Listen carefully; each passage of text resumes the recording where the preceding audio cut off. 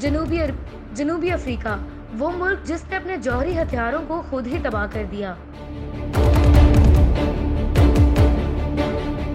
24 مارچ 1993 کو جنوبی افریقہ کے صدر فریڈرک ولیم ڈی کلرک نے اس بات کی تصدیق کی کہ جس کے بارے میں کئی سال سے افواہیں جاری تھیں۔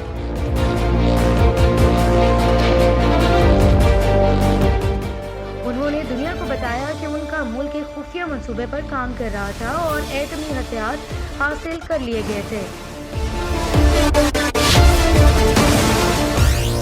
پارلیمان میں دیے گئے خطاب میں صدر نے اپنے ملک اور دنیا کو بتایا کہ جنوبی افریقہ نے 6 ایٹم بم بنائے تھے، تاہم انہوں نے یہ یقین دہانی بھی کرائی کہ ان بموں کو اب تباہ کر دیا گیا ہے۔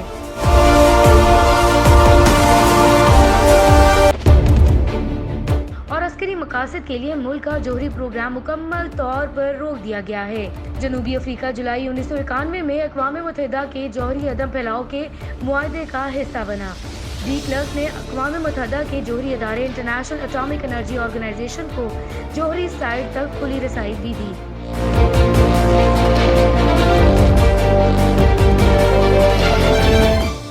انہوں نے یہ بھی بتایا کہ ایجنسی اپنے دعووں کی تصدیق کے لیے جنوبی افریقہ میں موجود تمام جوہری مقامات کا دورہ کر سکتی ہے۔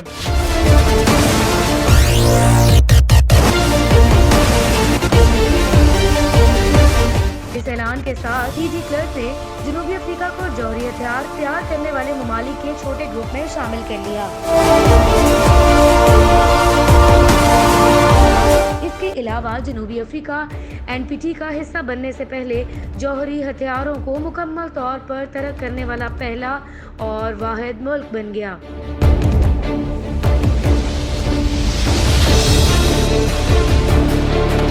انیس سو 90 کی دہائی میں یوکرین نے بھی اپنے جوہری ہتھیاروں کو تباہ کرنے پر رضامندی ظاہر کی، لیکن یہ ہتھیار اسے سابق سوویت یونین سے وراثت میں ملے تھے۔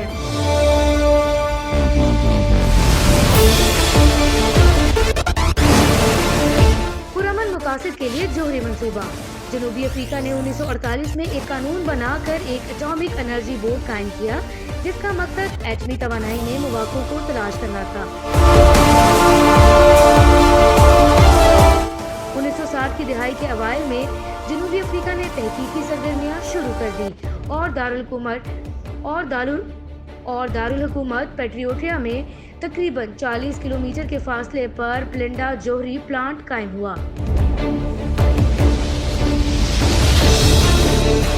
فریڈرک ولیم ڈی کلرک تصویر ایٹمی پروگرام کے اس ابتدائی مرحلے میں مقصد پرامن تھا۔ جنوبی افریقہ کے پاس یورینیم کے ذخائر تھے اور اس اہم مادے کو افزودہ کرنے کے لیے طریقے تلاش کرنے پر بھی کام شروع کر دیا گیا تھا۔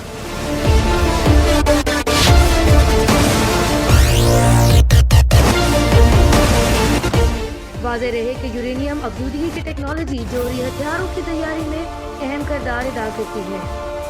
1960 کی دہائی میں ابتدائی کامیابی کے بعد حکومت نے صنعتی پیمانے پر کام کرنے کے لیے ایک پائلٹ پلانٹ قائم کیا۔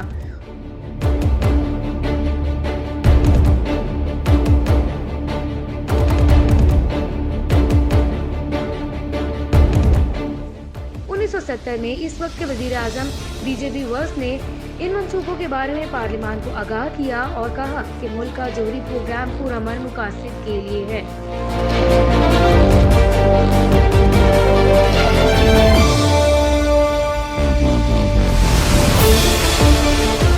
جنوبی افریقہ کے پاس یورینیم کے ذخائر تھے اور وہ سمجھ رہا تھا کہ مستقبل میں افزودہ یورینیم سے معاشی فوائد حاصل کیے جا سکتے ہیں۔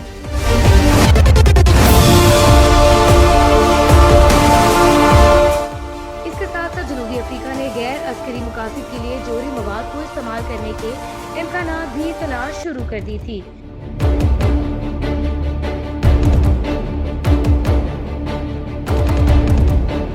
انیس سو 74 میں ایک اور رپورٹ میں کہا گیا کہ ہتھیار بنانے میں کامیابی حاصل کی جا سکتی ہے، تو حکومت نے اس خفیہ منصوبے کی منظوری دے دی۔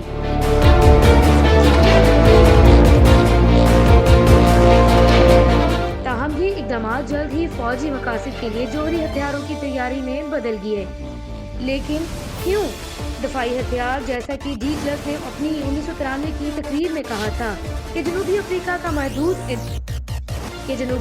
کا محدود تعداد کے ساتھ جوہری ہتھیار استعمال کرنے کا فیصلہ 1974 میں شروع ہوا اور اس کی وجہ جنوبی افریقہ میں سوویت افواج کی توسیع لاحق کا خطرہ تھا۔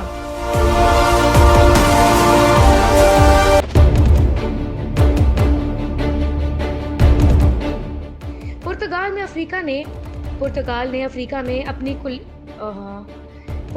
افریقہ میں اپنی کالونیاں چھوڑ دی۔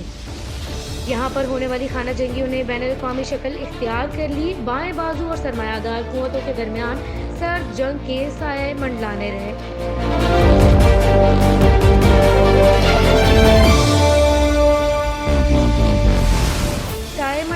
تھے۔ علاقہ سلامتی کی صورتحال غیر مستحکم ہو چکی تھی۔ جنوبی افریقہ نے اپنی نسل پرستی کی پالیسی کی وجہ سے بین الاقوامی سطح پر بھی الگ تھلگ تھا اور اس پر اسلحہ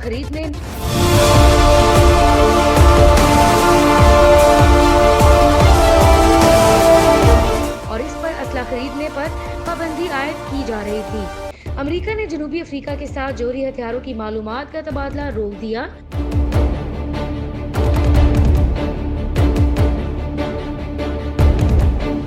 1978 میں امریکہ نے ایک قانون پاس کیا جس کے تحت جوہری ٹیکنالوجی ان ممالک کو نہیں دی جا سکی۔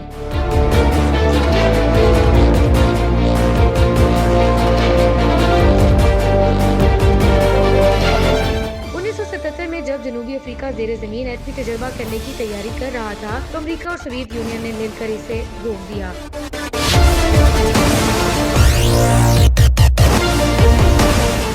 ان میں سب سے پہلے ملک کی جوہری صلاحیت کے بارے میں غیر یقینی صورتحال کو برقرار رکھنا تھا، یعنی اسے نہ تو قبول کیا جائے اور نہ ہی انکار کیا جائے۔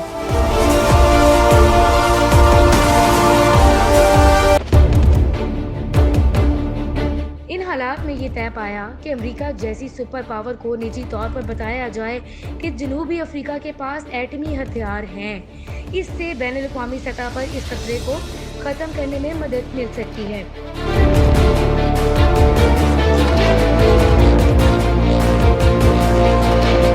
اگر یہ خطرہ ختم نہ ہوا تو یہ طے پایا کہ جنوبی افریقہ کھلے عام تسلیم کرے گا کہ اس کے پاس جوہری ہتھیار ہیں۔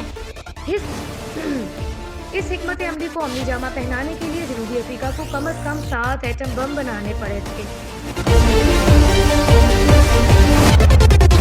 اندازہ ہے کہ ان بموں میں وہی صلاحیت موجود تھی جو امریکہ کی جانب سے جاپان کے شہروں ہیروشیما اور ناگاساکی پر گرائے بموں میں تھی۔ Atomic energy corporation of South Africa کے سابق ڈائریکٹر والٹر اسٹیپ نے سن 1995 کی ایک رپورٹ میں لکھا تھا کہ جنوبی افریقہ نے کبھی ان کا